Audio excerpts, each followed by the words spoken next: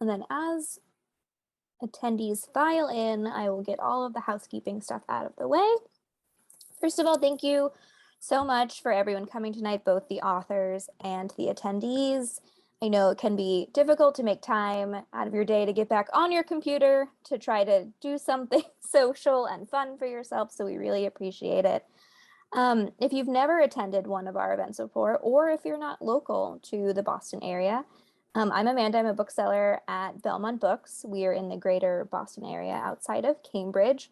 We are open for browsing if you're local and you would like to do some shopping.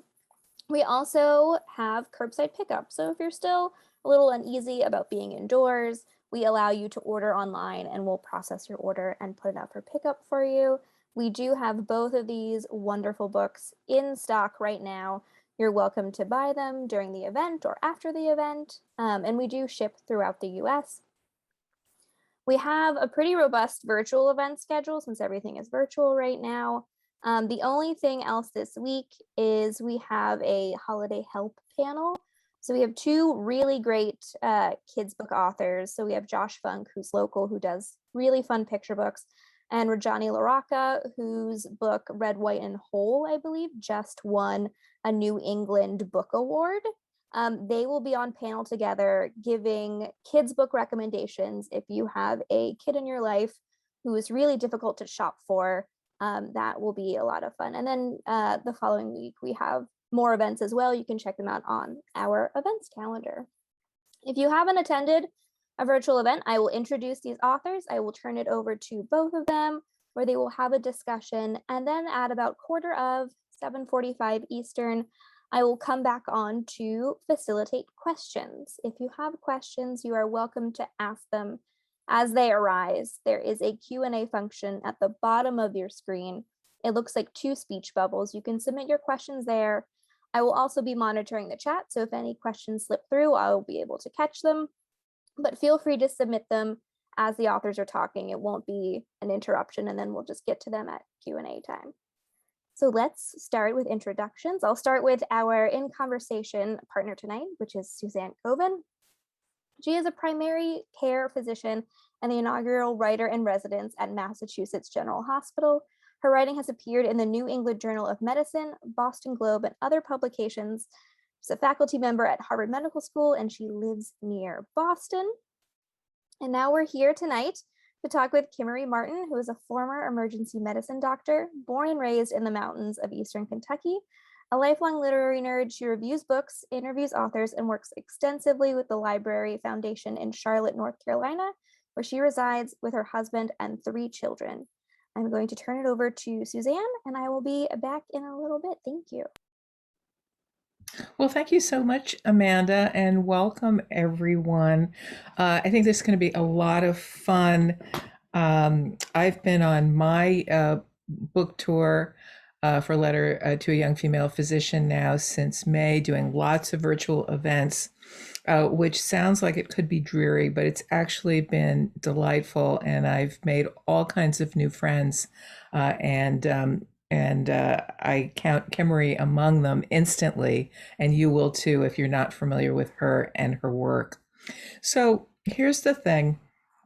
It has been a really weird time to be a doctor, and it has been a really weird time to be a writer. And you can guess that it's been a pretty weird time to be a doctor writer because COVID has just eclipsed everything. And you know, what's kind of funny is that when the pandemic started, I sort of thought that the literary side of my professional life would dry up. In my role at Mass General, I do a lot of writing coaching, a lot of healthcare workers who are interested in writing. I run reading groups and writing workshops and so forth.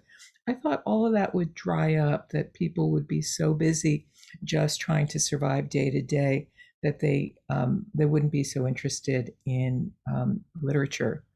The opposite happened. Within the first couple of weeks of the lockdown in March of 2020, I was getting more manuscripts per week than I had gotten ever.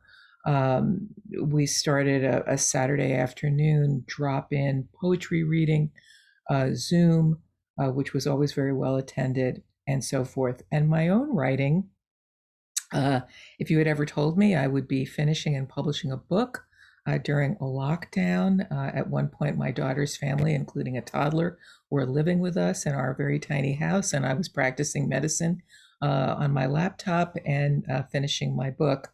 But the point is that, like my colleagues, and I think like Kimmery, the writing was very sustaining, and just rather than falling into irrelevancy, um, I think was just more important than ever.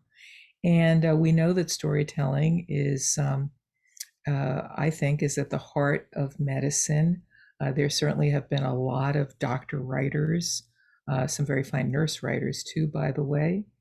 And what I'm hoping we can do in the next hour, inspired by Kimmery's wonderful new novel, Doctors and Friends, is talk a little bit about the intersection of writing and medicine. So, Kimmery, I'm just going to start with this question, um, and ask you whether you too had this experience. I know you're billed as a former ER doctor, and maybe you can tell us a little bit about your career path from medicine to writing. But what did it feel like to you to be an MD writer during a pandemic? It felt particularly surreal. Hmm. Not only am I a physician, but I'm also an author who was writing a novel about a pandemic prior to a pandemic and during a pandemic. And the whole thing just sort of became my own personal pandemic that had gone on for 3 years. Hmm. And I think even if I hadn't chosen that particular topic before we experienced our real life immersion in this, um, I think writing was both sustaining and isolating during this. I felt pretty bittersweet about being away from my emergency medicine colleagues. And I, in fact, wound up volunteering throughout part of COVID because of that. Because I think, as physicians, we are so ingrained in the idea that we will be there when people need us. And seeing the absolute anguish and turmoil of the early days of the pandemic and not being in the emergency department was hard. And then writing about that was hard. But at the same time, I think just like you, I make sense of the world sometimes from a literary perspective. you know, Hmm. actually, I teach some writing classes, and one of the things that I tell people is once you become a writer, you will start mentally describing things in your own prose as they are happening. Which is a Hmm. deeply weird way to Hmm. experience the world. Do you do that? Oh my goodness. I mean, I have sticky notes all over my desk at work. Yeah, absolutely. Can I just ask, when did you stop practicing regularly? When did you make the transition from from ER doc to novelist? It was very gradual. So I wrote my first novel. It's called The Queen of Hearts, about a friendship between a cardiologist and a trauma surgeon. Um, with no background in writing whatsoever, but I am a voracious, obsessive reader. And I finally decided I was going to try doing this thing that has given me so much joy throughout my life when other people do it well, and that's writing. So I was working full time. I had three young children. My youngest was a toddler. I realized pretty quickly that there was no sustainable way to write full time, do full time emergency medicine, and parent my children and run my household and all of the things that you have to do. So I started making adjustments in my life. I cut out watching television for about 3 years. I stopped volunteering at some of the efforts that were actually pretty important to me, just trying to make enough time to finish the novel. And then I got a job offer serendipitously to work in a bank in downtown Charlotte where they had an allergy clinic, and they wanted an ER doctor on site in case anyone had anaphylaxis. And they said, you'll be working in this little room and it'll be boring. And I was like, oh my gosh, I don't get bored. Wait. A That bank sounds with an perfect. allergy clinic? One of the big downtown skyscrapers in Charlotte, it's all a financial building. And so they Uh-huh. had an allergy clinic Uh-huh. there so people wouldn't have to leave downtown to get Uh-huh. allergy shots. So I would just sit in this little room and work on my novel. And occasionally people would anaphylax and I would be in a bank with no anything. I was afraid I was going to have to crank somebody with a pen. But I did start IVs and give medicines and that kind of thing. So I gradually transitioned more toward writing and less toward full-time emergency medicine. Mhm. So this book, Doctors and Friends, as you said, it's about a pandemic, but it's not about this pandemic. However, it's frighteningly prescient, and there's so much in this book where there's a worldwide ardiovirus, you call it, outbreak. You talk about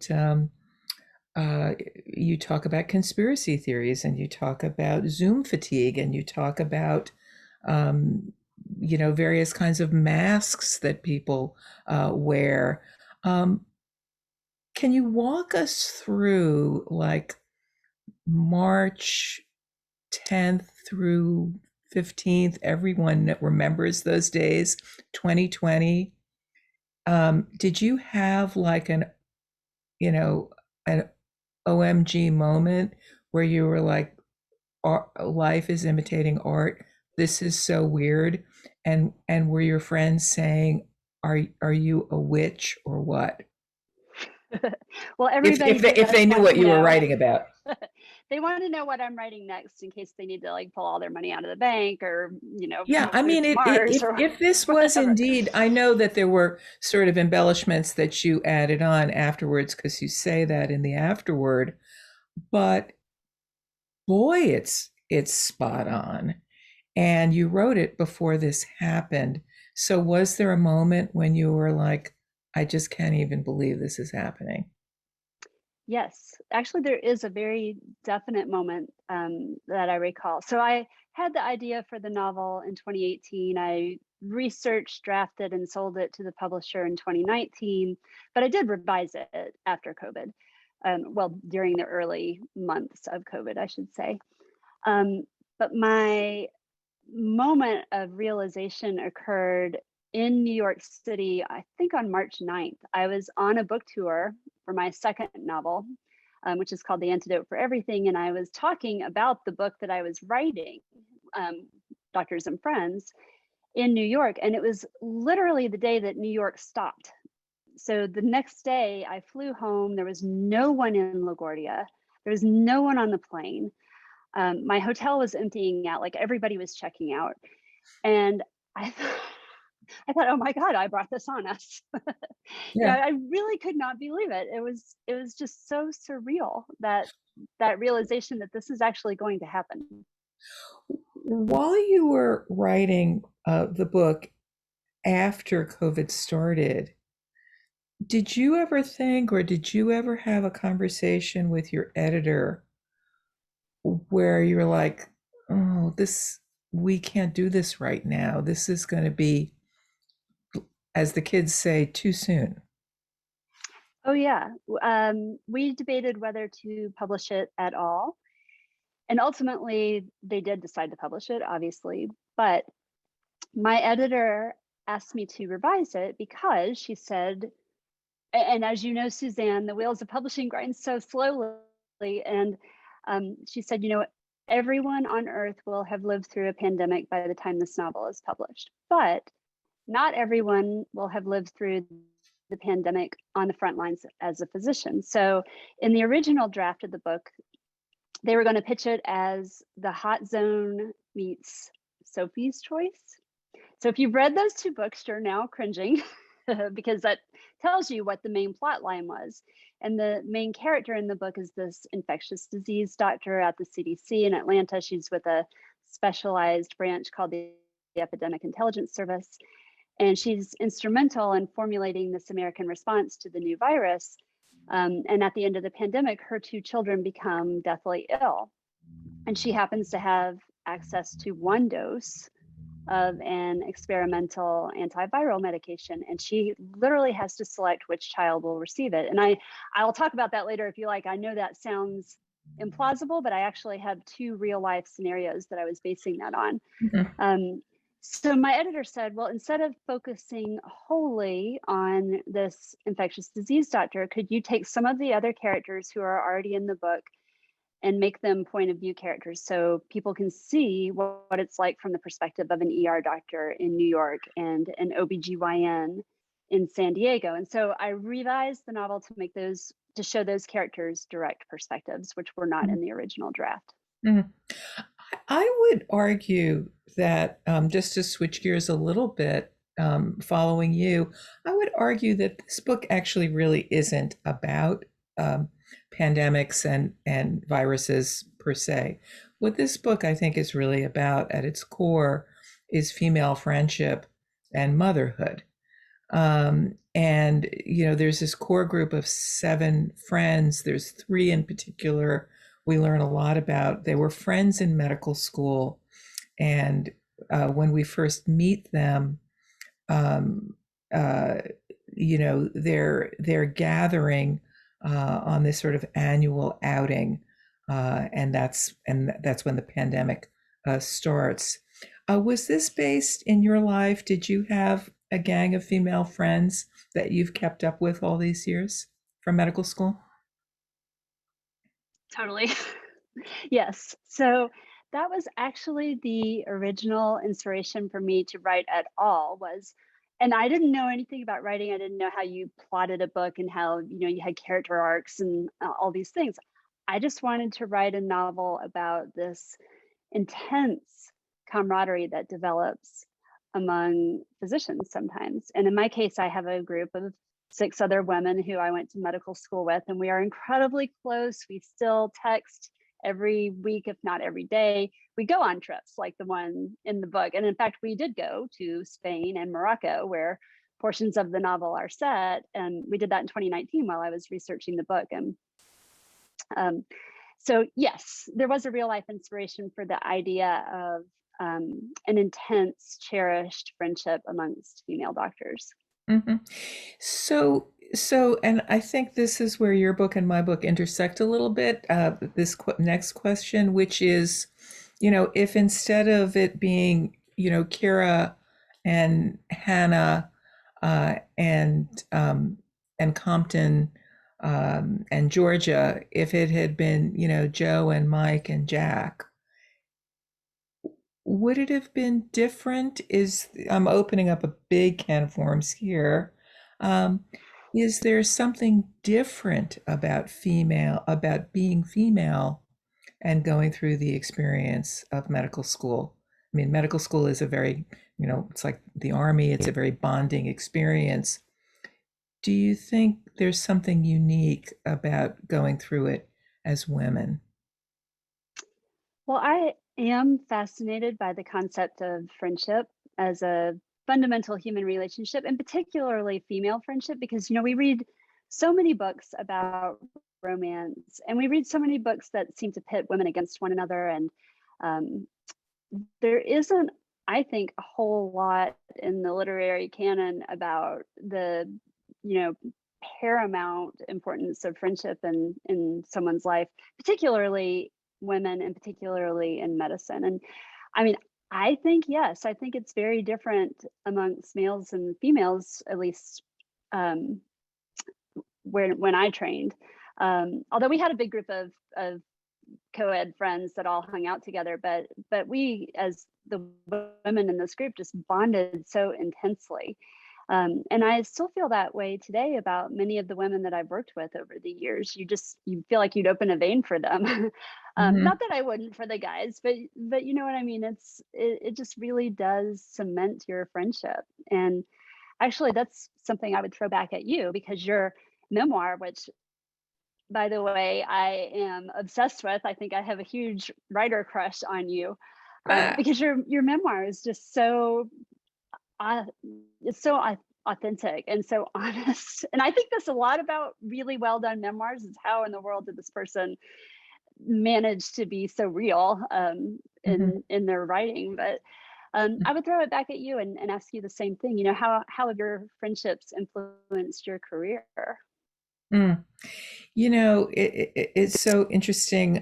When I wrote this book, some of which at least concerns, um, uh, what it was like to be a young doctor in training, 35 years ago, when the culture was extremely macho and male dominated, and in ways that I didn't even realize at the time were sexist.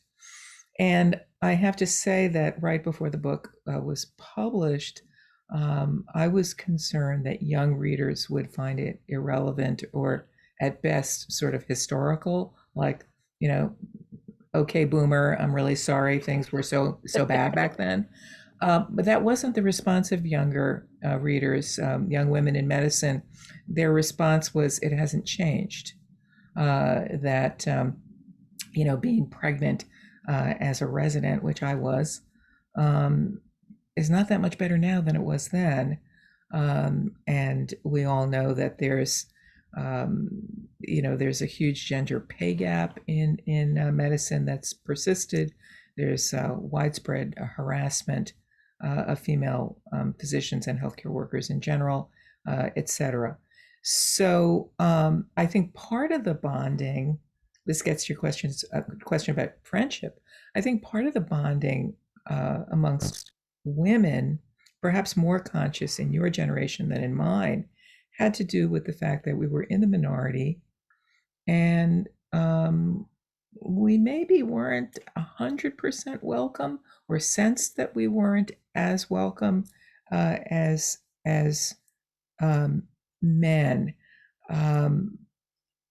I think, though, one difference, and I'd be very interested to ask about whether this is different for your generation, is we didn't talk about feminism. We didn't talk about sexism, and it's not because we didn't know about it. We had all been, in consciousness raising groups since the 70s and had studied feminist theory in college. It wasn't like we didn't know about it, but we sort of had our head down and we were just trying to make it through. So we didn't talk a whole lot about the phenomenon of being women in a male-dominated world. 20 years later, did you? I don't specifically remember that in medical school. I do remember in the early days of my practice that coming up, primarily because I discovered I was getting paid less than Mm-hmm. 4 or 5 guys who were doing the same job I was. Mm-hmm. And so then I started asking around to some of the other women that I worked with, and the subject came up also, I think, in some of the online groups of female physicians that have formed. So now, we have access to people all over the country, and we can crowdsource and we can support one another and really gather information in a way that you couldn't pre widespread internet, which is when I was also in medical school. So, Mm-hmm. Mm-hmm. Yeah. yeah, no, I mean, there were definitely specific instances of that coming up, and it always shocked me. I mean, I think by my nature, I'm optimistic and perceive everything to be wonderful, and so when it isn't, it surprises me, and really is disheartening that that's even still a thing. Yeah. I want to get back to your writing process a little bit because you, I think a very common story of medical folk who end up in the writing world is sort of akin to mine, which is somewhere, years after medical school, you start doing writing workshops, you get an MFA, something like that. That's not the route you took. You figured out how to do this. You figured out how to do a character arc. You figured out how to put together, a 350-page novel in which there are multiple plot lines that all have to get resolved. How did you do that? I did it the stupid way. Well, clearly you did not do it the stupid way. No, I did. This is clearly untrue what you just said. What I mean by that is I took an approach that wound up resulting in a need for massive revision, which was I just sat down and wrote my first novel without a clue. And you can do that, but it is going to require a huge investment on your part in getting yourself educated. So after I'd written this absolutely atrocious first draft, some part of me recognized how horrible it was. And I started getting educated. I started reading books on writing. I went to writers' conferences. I started networking and reaching out to authors and asking for advice. I stalked bookstore owners and looked for comps. And, I did all the things that writers do, but I just did them after I'd written the novel. So really not an ideal way, but I think I did have some instinctive understanding of story because I have read every day of my life. And it's been my great passion since I can remember. So I think you do develop some awareness of what constitutes a good story and how to maintain suspense in writing and what dialogue works and what doesn't, and what seems authentic and what seems forced. And so you pick up this stuff a little consciously read a lot. Yeah. One thing I think a lot about, oops, are you frozen there? Yeah. One thing I think a lot about is the difference between the way doctors think and the way writers think, and the way doctors who become writers have to kind of adjust. And so doctors are sort of trained to be very fast and very efficient and not have to do things, not to make mistakes and then have to redo them. And in writing, of course, you have to do things sort of slowly and inefficiently and make mistakes and revise and so forth. And doctors also tend to be sort of A+ compulsive, perfectionistic kind of people. So the fact that you wrote your first novel and said, okay, this is not great. And now what I need to do is I need to revise it and I need to get help, I think is very unique, because I think, and this is not original with me, I think what separates the writers who kind of end up making it and producing books and those who don't is not necessarily talent, though you're very talented, clearly very talented storyteller, and is not having a great idea, though you have, but it's sort of what happens after you do that first draft and you say, okay, this is not great. This is pretty bad. And that's a terrible feeling. It's really uncomfortable. And then you give up, or you sit with that discomfort until you make it right. And I would argue that people who have trained as doctors find it really hard to do the latter. What do you think about that? I think that's accurate because it's so humbling to be bad at something.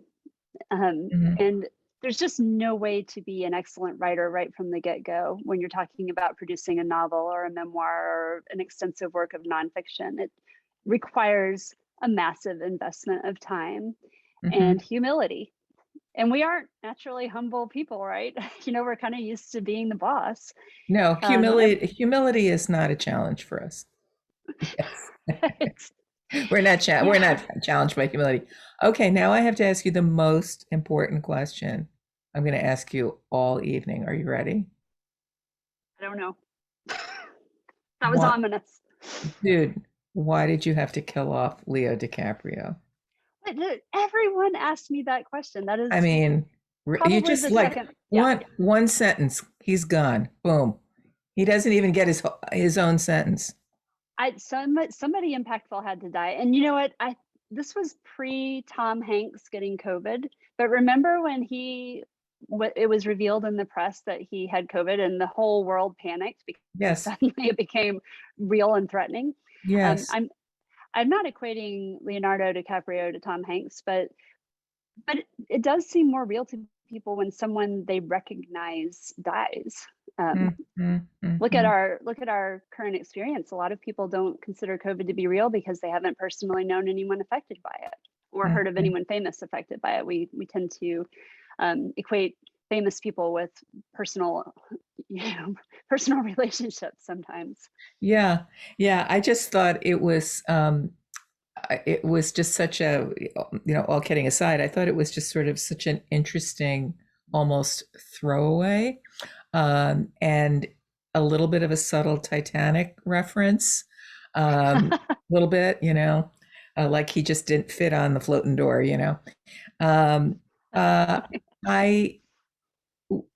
there seems to be some Q&As and chats. Should we keep going, or there's some nice comments? We could pick those up too. Actually, before we do that, I want to go back to something you said about Sophie's Choice and the 2 sick children and which one gets the antidote. And I've told you that there are a lot of scenes in this that are, just wrenching, and you do something that really great writers do, which is you force the reader to stay in a scene that's hard to stay in, like you just can't leave it. And one of them is the scene where the 2 children are sick, and the mother, whose husband has died years earlier, before the pandemic, is sitting between them. And then the other is when the friends are all meeting on Zoom, and the ER doctor just breaks down because of what she's seen. Tell us a little bit more about the background that you alluded to about, the mother with the 2 sick children and the 1 dose of antidote. It sounds almost sort of like a parable. It sounds very fantastical, and yet you say it's rooted in reality. Tell us about that. Yeah, so there were actually 2 real life instances that influenced that scene. One of them came when I was revising the novel. The other was in my original draft, or the other inspired my original draft, I should say. So I read a book by Richard Preston called Crisis in the Red Zone. In, I think, early 2019, I read it. And it was about the 2014 Ebola outbreak in Western Africa. And there was a widely publicized incident that occurred at the time where 2 medical aid workers at a camp contracted Ebola. And the director of the camp, a doctor named Kent Brantley, realized that he had at his camp access to 1 dose of an experimental antiviral medication. There were only 6 doses of this in the entire world. And actually, if you want to know how it wound up in this camp in Sierra Leone, you should read the book, because it brings up a number of fascinating ethical implications. So Dr. Brantley has to decide which of these 2 dying colleagues of his he will treat, and whether or not he should treat them at all, because this medication has never been given to a single human being. It could kill them both. It could save one of them. If he gives it to one of these 2 people in a position of relative privilege, it means he's not treating all these other people dying of Ebola around them. So all this stuff came up in this nonfiction book that I was reading, and I thought, oh my gosh, what if those 2 people had been his children? And as a writer, you're always inflicting maximal torture on your fictional people, because if you think about it, there's never been a novel where something bad didn't happen, right? Like, something has to happen for your protagonist to overcome. And then I had written the book, and I was interviewing doctors who practice in the Central African country of Chad, because part of the novel is set there. And 2 of the people I was interviewing, an ER doctor and an OBGYN who are married and practicing there, told me that they had lived through a very similar real life scenario when 4 of their children were exposed to rabies, and there was not enough immunoglobulin in the entire country to treat more than 1 person. And oh my gosh, I mean, that really puts it in perspective, because here I am just writing something that I'm making up, and these people actually lived through this. So I had these 2 real world examples of kind of a similar scenario to what I had imagined in my book. Mm. So speaking of real world and the book, um, of course, the members of your med school friend group have read your novel. Um, uh, do they recognize themselves in it, or has one of your friends said, "Oh, I'm really Hannah, aren't I?" Is it been like that? Okay. Well, I mean, I got to ask you the same thing because you wrote a memoir. So hold on, I'm going Yeah. to table this question. I have to come back to this. Okay. On my side, none of the characters correlate with real people exactly. They're all little bits of, they're amalgamations, little bits of one person's personality and another person's personality and some straight up fiction. And that being said, I have used some of our real life stories and anecdotes and some of the stupid stuff we did when we were young and so forth. And some of that's in there. So I don't actually know what they think about Doctors and Friends, because they all waited to buy it until I was on my book tour and could visit their cities. Hmm. So they may not have completely finished it, but I know that they've read the other 2, and they've been incredibly supportive of my new career. Hmm. It's been amazing. And so now Yeah. let me ask you Oh, though. wait, no, but before you do, actually, I just have a follow-up to that. But Okay. which is, it reminds me to ask something I was struck by in the novel, which is that so much of what bonds these women are shared stories. They spent a lot of time talking about, that time there was the snowstorm and one of them had to, deliver another one's baby, and the time that this one did this goofy thing or this sad thing happened. Um, this is a big question, and sort of really, well, maybe too big, but what is it you think about stories that bonds people? Um, what is it about storytelling that's so powerful in that way? Well, I think it helps us process and make sense of the world when we can. It's allegorical, I suppose. We're relating shared experiences, and gosh, that gets into a lot of really interesting stuff about the accuracy of memory and how things become apocryphal and so forth. But when you've shared experiences with someone else and you can collectively look back and feel a shared emotion, that's very powerful. Hmm. As Hmm. human beings, we're always seeking common ground, and we're seeking meaning, and we're trying to make sense of the senseless. And those things, they really do cement friendships, I think. And So and amongst readers, the same thing. When you read a book that yes. you really feel. So actually, taking that principle sort of and enlarging the circle, do you think that your book is an early entry in what is going to be many novels about COVID, pandemics? I mean, I think so. I think there's going to be a COVID opera and a COVID ballet and COVID movies and COVID books. I think there, and COVID poetry. I mean, it's already starting.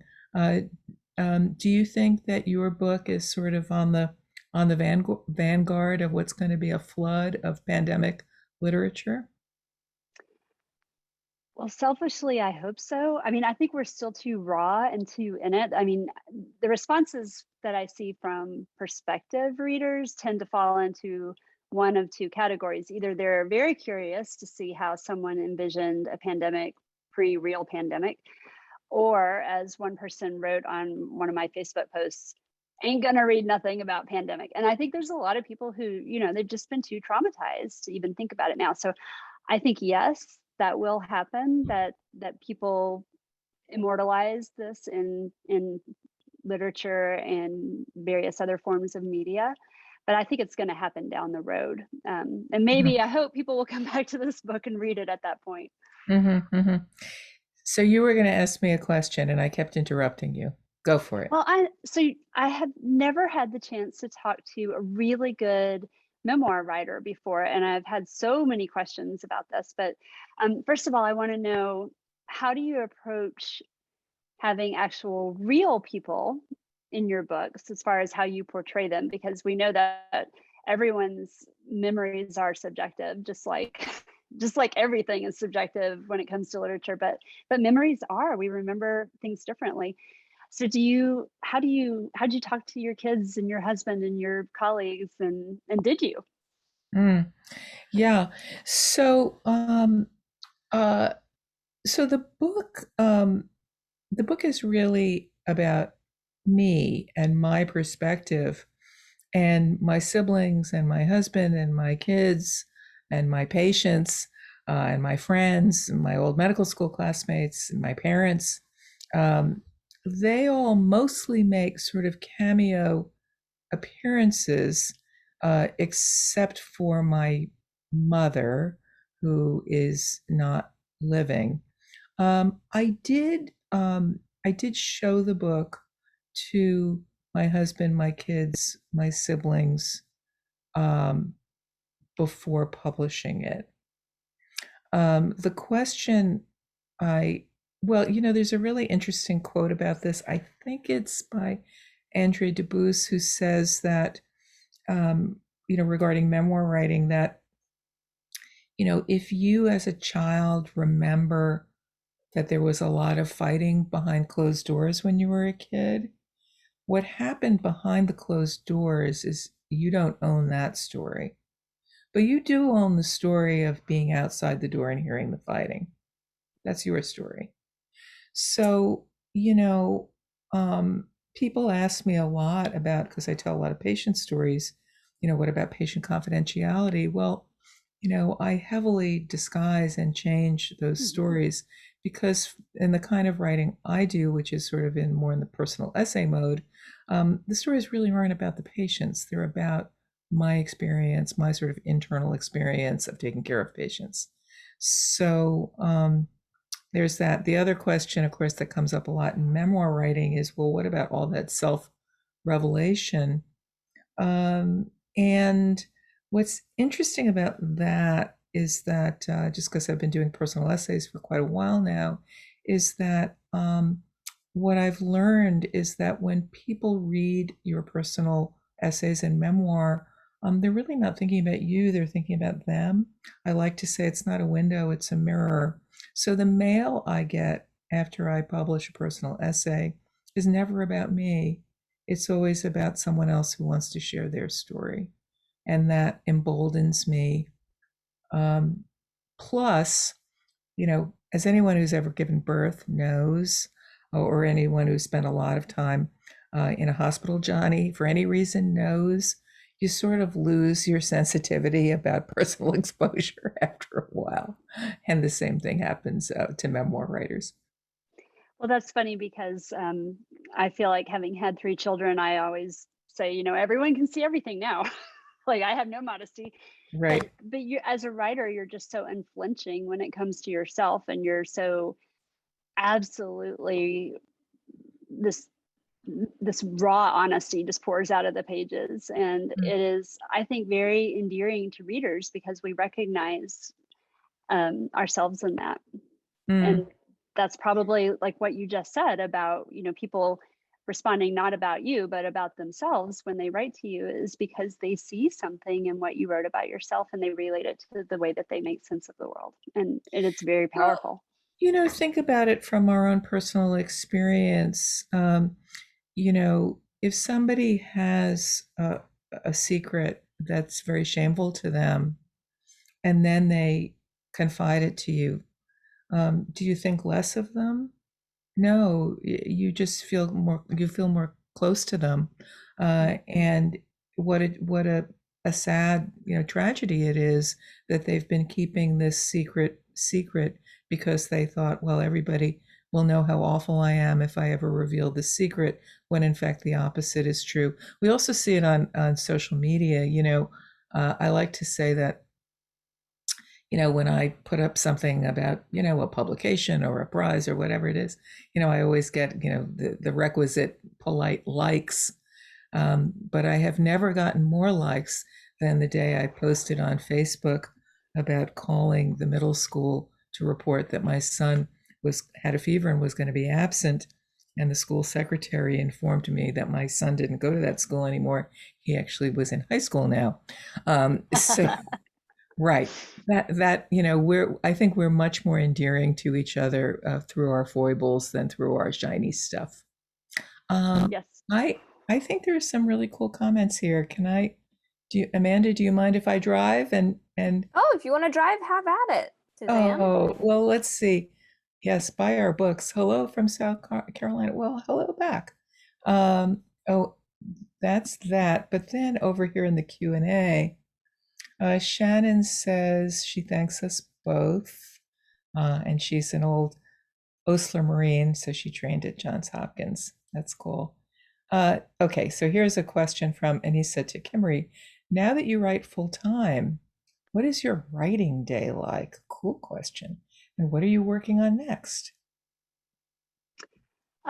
So I try to write in the morning before my brain is fried, and also while the children are not present. But I write, it kind of varies depending on where I am in the publishing cycle. So right now this book just came out and I'm doing a lot of promotion and a lot of social media nonsense and a lot of trying to sell myself.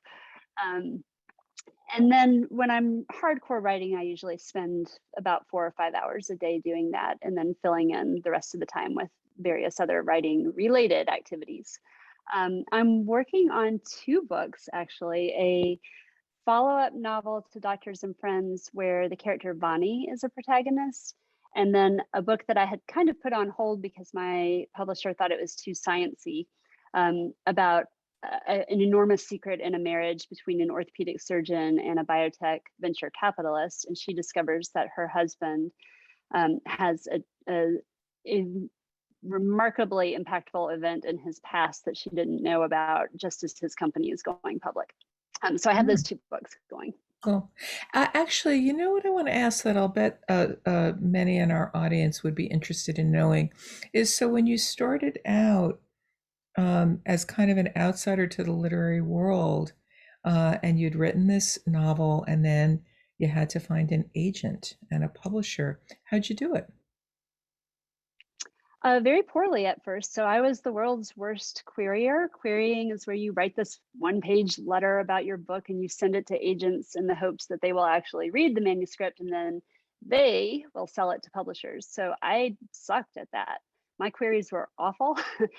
I usually tell people I got to the point where I would hear my computer make the email noise and I would feel my face flame up in shame. Like my cheeks would actually get hot because I knew it was going to be another rejection of my query letter. And I had over 100 either rejections of that letter or non-responses to that letter. I am a persistent gnat, basically. And I kept trying and trying and trying. And then ultimately I wound up with multiple offers from agents, and my agent managed to sell the novel relatively quickly. And I asked her, what made you finally, after all this trying on my part, what was it about the manuscript that appealed to you? And her answer was 2 things. First of all, she liked that I was a physician writing medical fiction. But also she said, I think your voice is unique. You have the kind of voice that I could read some sentences and know it was written by you. And I think, that's kind of what you strive for as an author, is to be recognizable in your own singular way. And so that was probably the biggest compliment that anybody has ever given me about my writing, because I absolutely love words and I love stringing them together into sentences and stringing that together into chapters and so forth. And so it really meant a lot to me that someone finally recognized that I could do that. Yeah. So, I mean, I think I'm really glad I asked you that, because I think that's that's not unusual to have to kind of hang in there, through a lot of rejection. And that's another difference between writing and medicine. Once you get into medical school, you don't face a whole lot of rejection. You just sort of put one foot in front of the other. Not so with writing. Sarah, enjoying this chat from Ireland, where it is way past your bedtime. Absolutely. And she wants to know, women doctors often feel a conflict between medical work and home lives, trying to do their best in both spaces. How do you deal with adding a third job of being a writer? That's certainly something that comes up in your book, Kimmery, and I'm sure it comes up in your life. You've got 3 kids at home. How do you do all this stuff? That was probably the single most common question I received after the publication of my first novel, which I was still working full time. And my answer was always, I do it really poorly. Like, there just is no way that you can competently do everything all the time. There just isn't. And so I was like tearing out of the house with my clothes on inside out. I was forgetting to pick up people at school. There was no food. We were all starving. The house was wrecked. Something's got to give. And I think, again, that what you wind up doing when you're really passionate about something, anything, is you figure out a way to allot your time to make it work. And it requires giving something up. So I did start giving up things, like I mentioned earlier, television and volunteering, and I cut back on my emergency medicine job and went to part-time. And you can make things work, but it does require sacrifice. And I think that is worth it if you love what you're doing. Mm-hmm. Yeah, I always say that I have time to do what I want to do, and I never have time to do what I don't want to do. It is interesting, Sarah, that I love that you asked the question, but it is interesting that the novelist, American novelist Lauren Groff, she gets asked that question a lot. I think she has little kids. She's a prolific novelist, and she refuses to answer it. She says until interviewers and magazines and newspapers ask male novelists with kids the same question, she refuses to answer. I think that's a little disingenuous in that we know that there's some gender inequity in childcare, but the point's well taken. Lane says, Kimmery, did you feel like leaving emergency medicine was difficult identity-wise? How did you make that leap? Was your family supportive? And how do you structure your day? I think you answered that a little bit earlier, but yeah, I mean, you train for a long time to be a doctor, and then sort of taking that white coat off is kind of a big deal. What did it feel like for you? Definitely bittersweet. I mean, it was painful, actually, because your identity is so tied up in becoming a physician and practicing, and also, I guess, I had this ideal of what practicing medicine is, where you are actively trying to alleviate suffering, especially in the emergency department, where you are able to make an immediate impact in the life of another person who is ill or injured or suffering in some way. And so I very much saw that as part of who I am. And also, as I mentioned, when COVID happened, and I was in contact with a lot of emergency medicine doctors around the country, because I had been crowdsourcing people for this book already for almost a full year, and infectious disease doctors as well. And they were emailing me in real time about their experiences in the first 3 months of the pandemic. And so I had this whole chart of anguished emails from people all over the place. And I wanted very much to be doing something to help. And I actually did volunteer with the state of North Carolina to go back in if we had tent hospitals, and I worked in a vaccine clinic, and I did little things, but it wasn't the same as what my colleagues were doing, and it did make me feel kind of bad. I missed it. I don't miss the schedule at all, the nights and weekends and holidays. I really miss the patients and the colleagues and the experience. What about you? Because you're not practicing now. Yes, I am. Oh, you are. I'm in the sunset of my practice. I'm still a primary care doc in the same practice I've been in for 31 years. Um, you know, uh, I don't know if this is a rationalization, but it's the way I feel. I do think that the relationship between a writer and her readers, in some ways, feels a little bit like doctor and patient, in the sense that it can be sort of, a very kind of intimate communion. And, I think that patients come to us with this sort of chaos of symptoms and lab values and stuff, and we make a sensible story out of it. And that's kind of what writers do too. So I don't know. As I think about sort of heading into clinical retirement, just partially because of my age, I think on the one hand, this is who I am, so how could I not be this until the day I die? But on the other hand, if we're lucky, life is long and you get to do other things and you get to sort of lead these serial lives. That's a great privilege for those who can take advantage of it. Let's see. I think we have really but a few more minutes. And what I was wondering, just to put you on the spot, Kimmery, is there a paragraph that you could read for us, just so we can kind of hear the music of your prose? Oh no. I don't have one picked out. I could do what I could do is I could open the book at random. There isn't a, Anything whatsoever. there isn't a bad page in the whole book. So just read us a little passage just so we can hear your voice on the page. All right, I opened at random. I have not pre-selected this.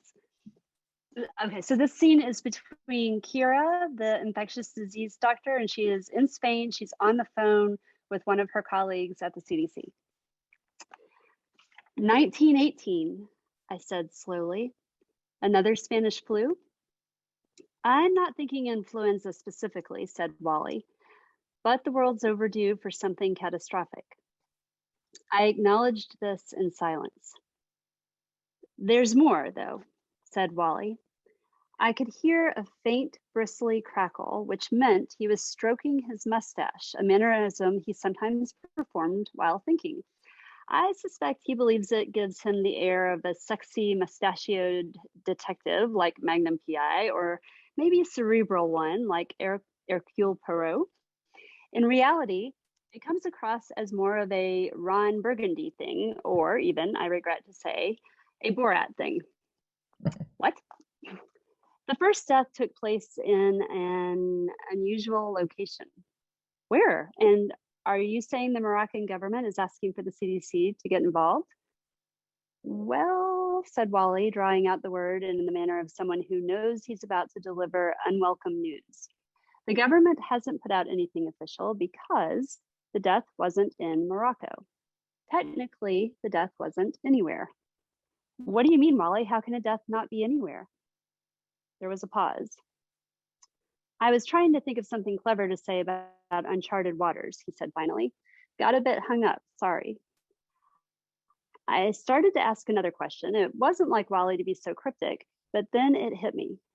Ah, I said, the death occurred in international waters. Mm. Is that enough? Yeah, absolutely. And I think that even that just little section, gives a flavor for just the vitality of your writing. It's funny, it's sciency, it's kind of nerdy, but it's also funny and light and charming. And it's just, you're just a really gifted storyteller. And it was an absolute pleasure to read this book and to talk about it with you. But you get the last word. Well, I'm melting right now. Thank you so much. I absolutely am so honored to have virtually met you and to have read your book and to have gotten to talk with you. I really want us to stay in touch and be friends. I think it's so absolutely marvelous to have met another person who is both a doctor and a writer and who cherishes both of those things. I'm really glad we got to do this. Well, we can now be doctors and friends. Okay, let's end there. That was perfect. That was a perfect ending. There we go. Not planned at all. No, not in the slightest. Thank you all so much for coming tonight. If you popped in like halfway through or quarter way through, I believe we have recorded this, so it'll be up on our YouTube channel, usually within 48 to 72 hours. It is the holiday season at a bookstore, so it might be slower than usual. If you would like to order both of these books, or one or the other, I'm putting the link in the chat again. We have curbside pickup, in-store browsing, and we ship throughout the US. And I think we're offering free shipping on media mail if you purchase $100 or more in books, so you can do your holiday shopping if you'd like. And thank you to Kimmery and Suzanne for joining us tonight. Thank you so much. Thanks for listening, everybody. Thank Have a good you. Thank you night. guys for supporting bookstores.